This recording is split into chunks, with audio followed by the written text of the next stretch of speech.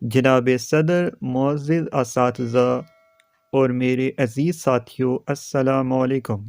آج میری تقریر کا موضوع عید میلاد النبی ہے۔ عید میلاد النبی ہم سب کے لیے ایک مقدس تہوار ہے۔ ہم ہر سال 12 ربیع الاول کو عید میلاد النبی مناتے ہیں۔ ہمارے پیارے نبی حضرت محمد صلی اللہ علیہ وسلم اس دن پیدا ہوئے۔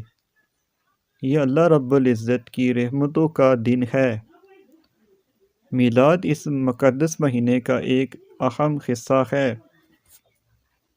12 ربیع الاول کو عید میلاد النبی منانے کے لیے کئی مذہبی تقریبات کا اہتمام کیا جاتا ہے۔ کچھ مسلمان اس دن عید میلاد النبی منانے کے لیے روزہ رکھتے ہیں۔ اللہ تعالی ہمیں حضرت محمد صلی اللہ علیہ وسلم کی تعلیمات پر عمل کرنے کی توفیق عطا فرمائے، آمین۔